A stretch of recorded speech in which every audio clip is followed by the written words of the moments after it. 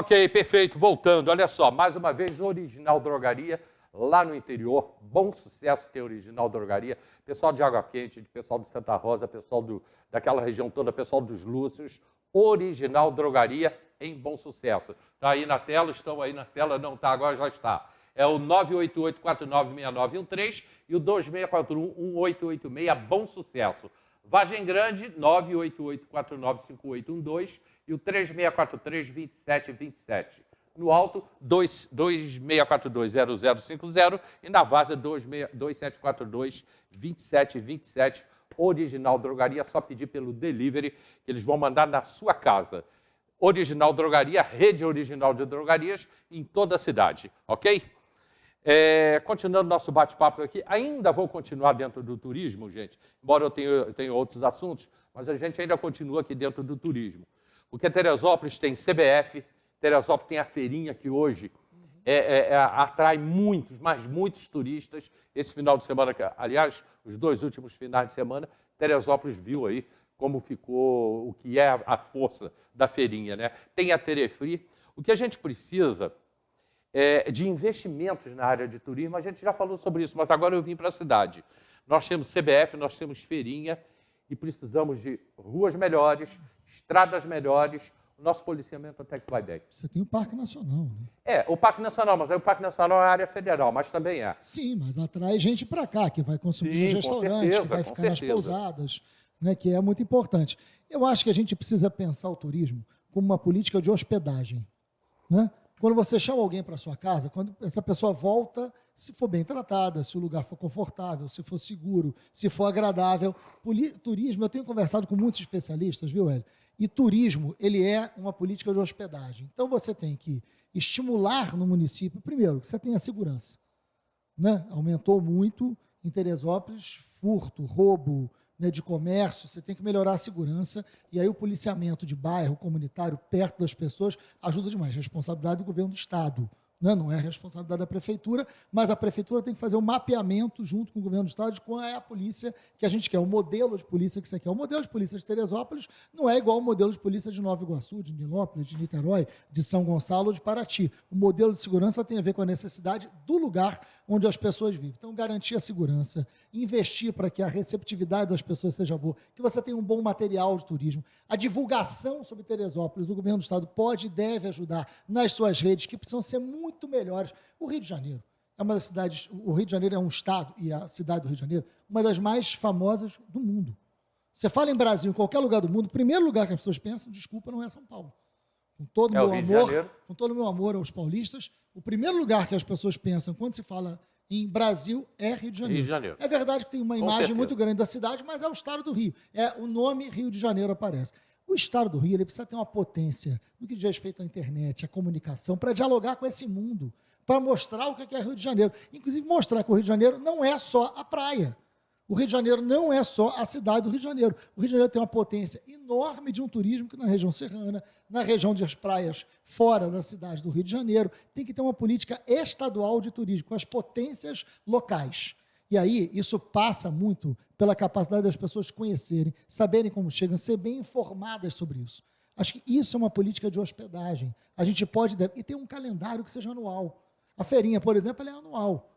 Né? O Parque Nacional, ele é anual. Então, você não tem um período necessariamente onde você tenha que atrair as pessoas. Você tem uma política de turismo em Teresópolis que pode ser o ano inteiro. A gente tem que ter uma agenda.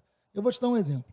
Outro dia eu me reuni com pessoas que circulam o mundo inteiro com uma atividade de bicicleta. Isso cresceu muito no mundo inteiro. Aqui, inclusive, tem gente... Aqui também tem, Teresópolis. Aqui também tem, eu vi. Então, o que acontece? Você tem hoje gente que anda de bicicleta. Tem alguns que andam e fazem um debate sobre a bicicleta como meio de transporte para você ir trabalhar, tem outros que usam como lazer, mas cresceu muito o mercado da bicicleta, o uso da bicicleta. Isso é um advento mundial. No mundo inteiro, as pessoas estão usando mais bicicleta, que tem a ver com essa agenda do século XXI, né? De lugares menos poluentes, de lugares que estão pensando na questão do clima. O Rio precisa entrar no século XXI. Né? Não só pela mentalidade dos seus políticos, que ainda estão no século XVI, mas como uma agenda econômica. Então, o que você pode fazer? Você pode ter no Rio uma agenda mundial do uso da bicicleta. E você pode ter essa agenda na região serrana, na região dos lagos, no interior, né? Na região norte. Você pode ter isso na cidade do Rio de Janeiro. Você tem que pegar o que está acontecendo no mundo inteiro e criar agendas anuais de turismo para que a gente possa estar atraindo, criando advento para atrair as pessoas. Você tem que melhorar a rede hoteleira, né? Qual é o investimento necessário para que as pousadas daqui, os hotéis daqui possam receber mais gente? Qual é o investimento que o Estado pode fazer? Qual é a parceria? Como é que a gente ajuda? O turismo é uma grande potência para toda a região serrana e muito mal explorado. Deputado, você falou em segurança, a gente está falando também em segurança. Teresópolis, até que em segurança nós vamos bem. Nós temos aqui o 30º Batalhão, que não dá moleza aqui na cidade. Bandido não se cria aqui. Até porque Teresópolis tem poucas entradas, são 3, 4 entradas só, não tem por onde fugir. Então, bandido não se cria. Nós temos um sério problema aqui, que é o problema das drogas. Isso não tem jeito. Chegou a Teresópolis o crack. Agora, nos últimos 6 meses, a apreensão de crack tem sido muito grande. E que é o resto do resto. Eu queria que você falasse sobre isso, sobre drogas, infelizmente, inclusive nas escolas. No Brasil inteiro, né? Mas no nosso estado do Rio. Olha, primeiro que você tem que ter uma ação preventiva.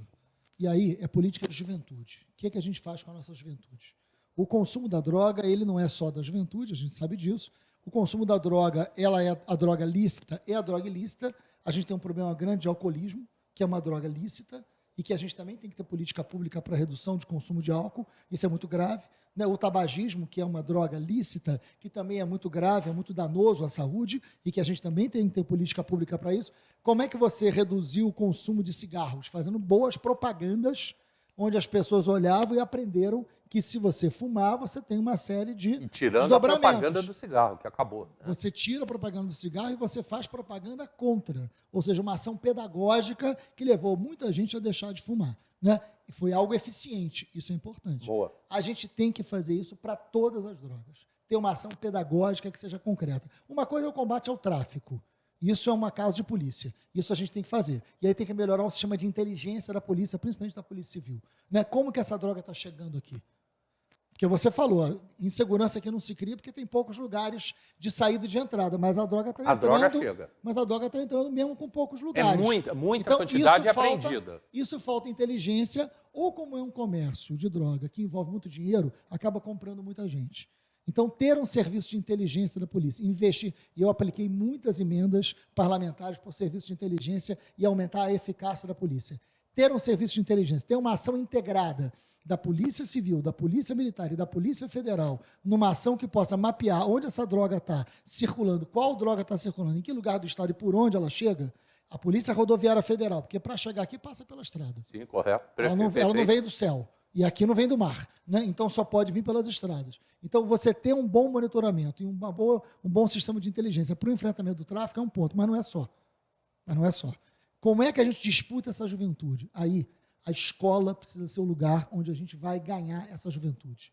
E nesse sentido, eu quero dizer o seguinte, eu quero render homenagem às igrejas evangélicas pelo estado do Rio de Janeiro. Essas igrejas estão fazendo um trabalho com a juventude que é muito importante. E quem fala é alguém católico, tá? Então, mas eu quero aqui dizer o quanto, eu já fiz muito trabalho nas pastorais, né? Agora, o trabalho feito pelas religiões evangélicas junto à juventude, resgatando esse jovem, resgatando essa família, é muito importante, porque ele materializa uma conquista. E isso a gente precisa aprender com eles. O Estado tem que ser parceiro de todas as religiões. O Estado não pode ter uma religião, porque o Estado é laico. Mas o Estado pode e deve ser parceiro de todas as religiões. E onde que a gente chega em parceria com as religiões? Disputando um lugar sagrado do funcionamento dessa família. Disputando o papel desse jovem. Esse jovem tem que ter uma boa escola. Esse jovem tem que ter uma escola que seja o lugar do seu sonho. E esse jovem tem que ter uma família estruturada para que a gente possa não perdê-lo para nenhum grupo criminoso e nem para as drogas. Essa é uma ação pedagógica, essa é uma ação de parceria.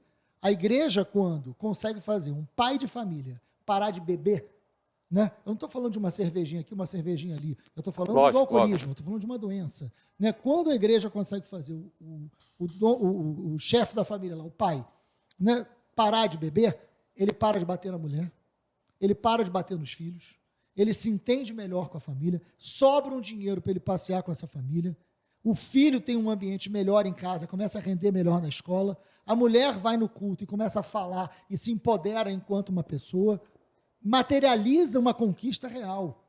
Isso a gente tem que aprender, isso a gente tem que dialogar. E aí essa escola, o ensino médio principalmente, que durante a pandemia sofreu muito. Eu sou professor.